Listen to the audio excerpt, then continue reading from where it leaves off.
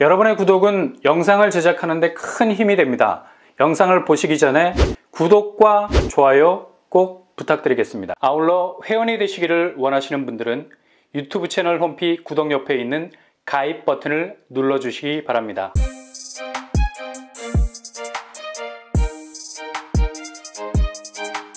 안녕하세요, 뻔뻔한 목도파입니다. 지금 집값이 12월 들어서면서 본격적으로 무슨 추풍낙엽 떨어지듯이 하락하고 있습니다. 하락 체감도가 현장에서는 아주 닭살이 돋을 정도로 뚝뚝 냉랭한 기운이 뼛속까지 침투해 들어오는 느낌이 들죠. 이거 부동산 업자들 사이에선 공공연하게 떠돌아다니는 말이 IMF 외환위기보다 더 하락폭이 클 것으로 보인다고 전율하고 있는 상황이 연출이 되고 있습니다.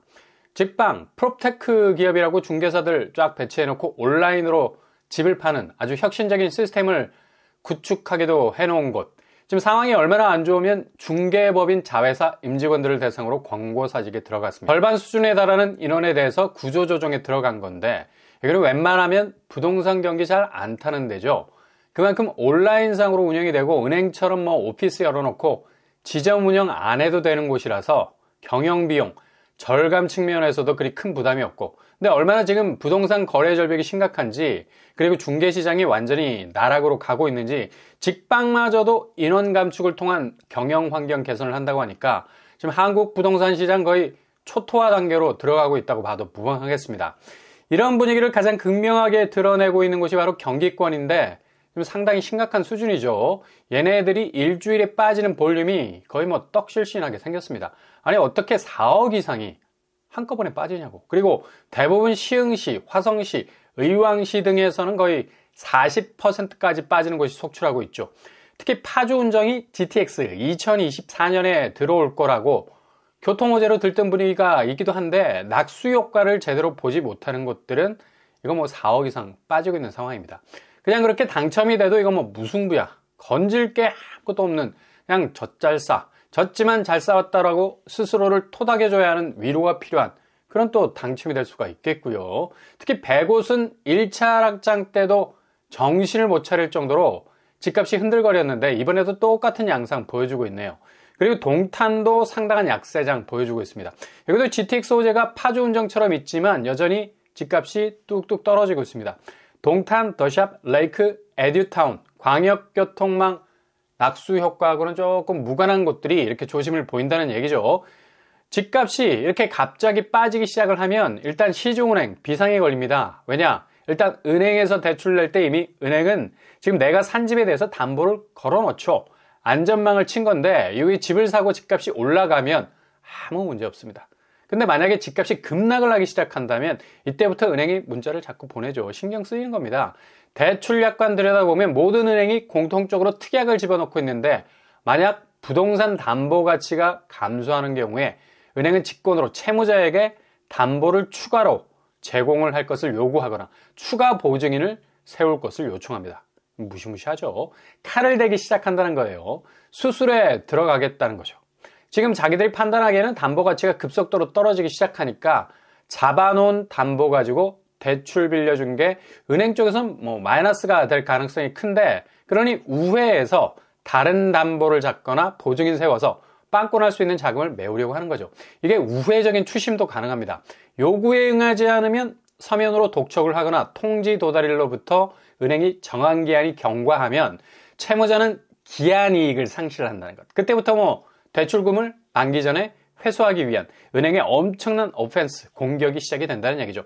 기한이익 상실 통고, 독촉장, 최고장, 법적 집행으로 이런 식으로 이어지게 되는데 결국 집을 잃는 상황까지도 발생할 수 있습니다. 이게 무서운 거라는 얘기죠. 결국 대출은 그냥 그렇게 아주 스무스하게 빌리는데 하자가 없다 해도 지금 아파트 값이 수직으로 내리꽂히게 되는 상황이 계속해서 반복이 되기 시작하면 아주 심각한 상황이 발생할 수 있다는 얘기입니다.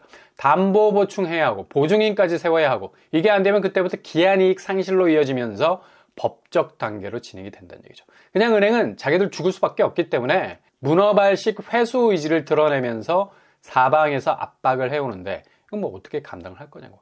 아니 어떻게 하면 경매 넘어갈 때까지 주인은 뭐 했냐고 혀를 끌끌 찰 수도 있겠지만 주인 입장에선 급급매라도 내놓지 않았겠습니까? 근데 아무도 사주는 사람이 없다.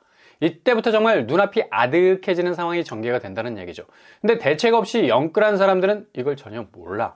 아니, 은행대출 계약서에 사인하면서 이런 특약도 있는 줄도 모를걸? 집값 떨어지면 그런가 보다 하고 다시 반등하겠지라고 생각하기 쉬운데, 부동산 하락세가 아주 심각한 고를 만들기 시작을 하면 이때부터 아주 살벌한 분위기가 연출이 된다는 얘기죠. 그래서 가계부채가 무서운 겁니다. 그렇게 무작정 빌리고 보자는 식의 액수가 이제는 뭐 가계부채가 2200조, 기업부채 2700조, 정부부채까지 합치면 1035조, 대략 6000조 원을 돌파했을 것으로 추정을 하는데요. 심각한 건 GDP 대비 총부채 비율이 270%가 넘어선다는 얘기입니다. 그리고 계속 증가 추세에 있고요. 전년 동기 4.9%가 늘었어요.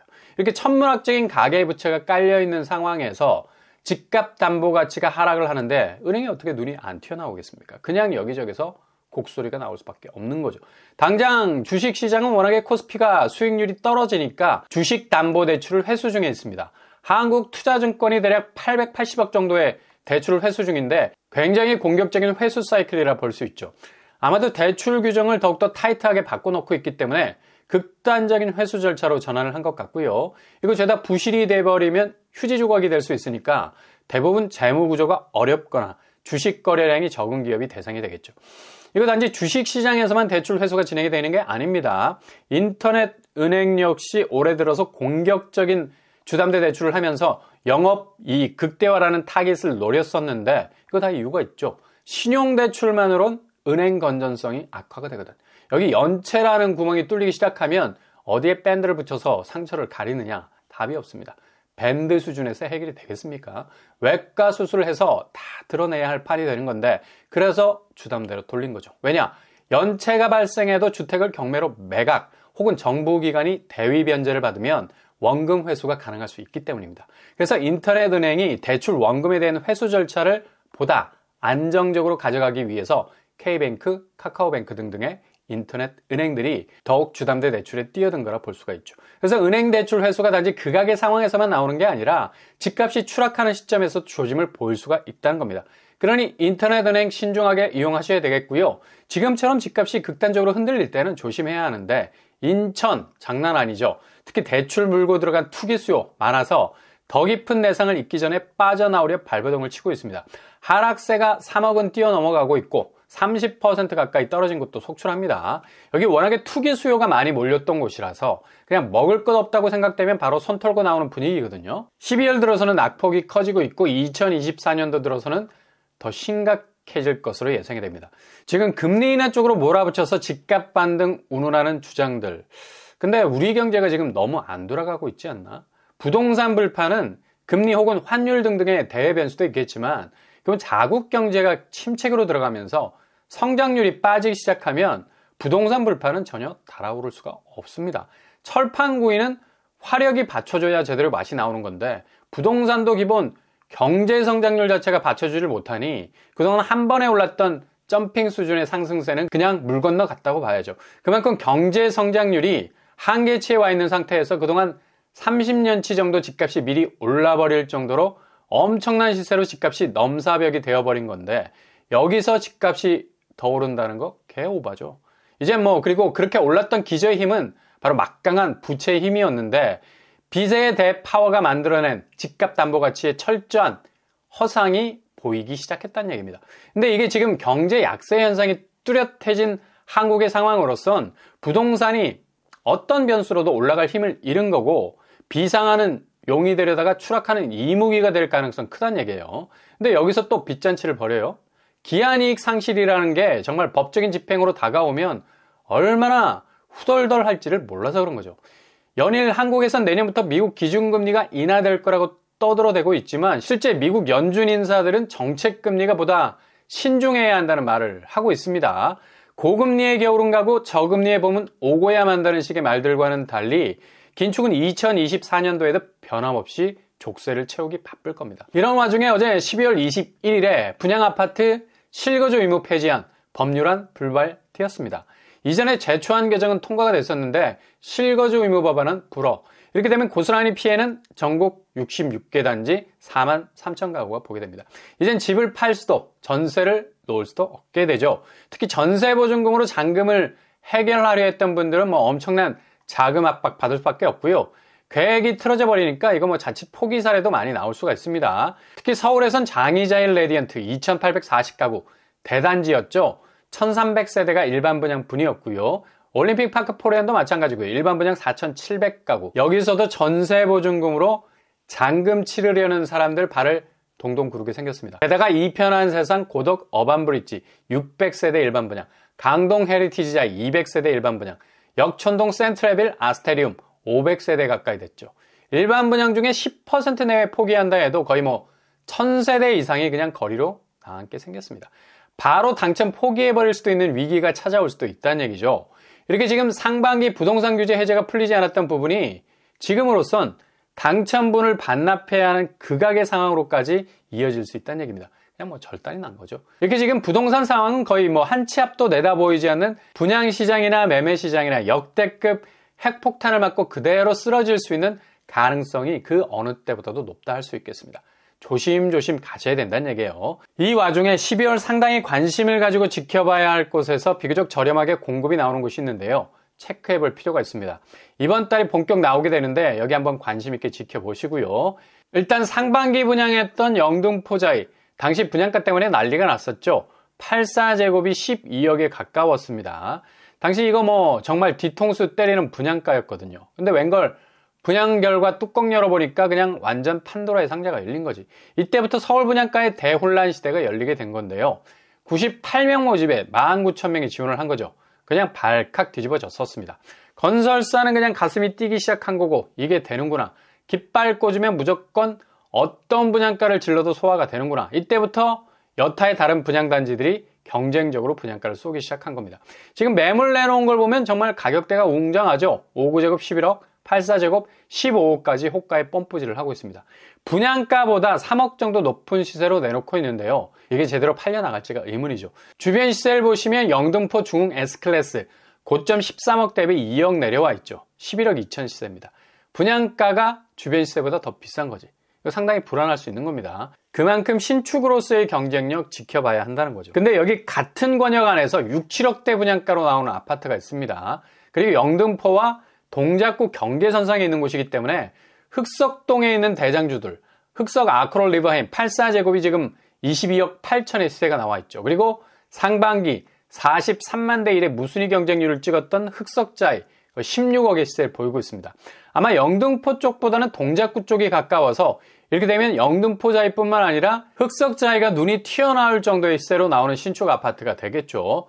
주변 시세를 그만큼 확 끌어내릴 수가 있으니까요. 일단 한 방에 1000세대에 가까운 물량입니다. 그리고 알짜 입지라고 불러도 무방할 정도로 동서남북 서울의 초도심과 연계가 되고 있는 입지를 가지고 있죠. 바로 일주일 후에 여기가 공급이 풀리게 됩니다. 지금같이 미친 분양가 시대의 경쟁력이 있을 수밖에 없는 바로 서울대방 공공주택지구죠. 서울도심 한복판에서 나오는 공급이라 해도 미친 분양가로 청약에 눈길이 잘 가지 않는데 여기는 이런 부담을 충분히 해소할 수 있는 부분이 있다는 얘기죠. 정확한 공급 규모는 858가구 정도 나오게 되고요. 5구제곱 609가구, 84제곱 252가구 정도입니다. 대상자는 1인 가구, 청년 신혼부부, 생애 최초 일반을 대상으로 디테일하게 나눠서 진행이 될 것으로 보이고요. 그리고 브랜드 아파트가 들어올 것으로 보이죠. 제일 중요한 포인트, 분양가 5구제곱 6억 후반, 84제곱 8억 후반 정도 나올 것으로 추정이 되고 있습니다. 여기 교통환경을 보면 뭐 거의 입지가 비교적 괜찮은 곳이죠. 핵심만 콕콕 찌르는 위치에 자리하고 있고요. 그리고 대방동, 여의도, 흑석동을 4통 8달 걸치고 있는 아주 묘한 입지 가진 곳입니다. 아파트 단지에서 제일 가까운 역이 7호선 장승배기역. 장승배기역 자체가 강남 동선이 굉장히 좋은 라인이죠. 아무튼 서울대방 공공주택 부지가 서울 집값의 흐름을 어느 정도 바꿔줄 수 있는 물줄기가 될 수 있을 것으로 전망이 되는데 한번 지켜봐야 되겠네요.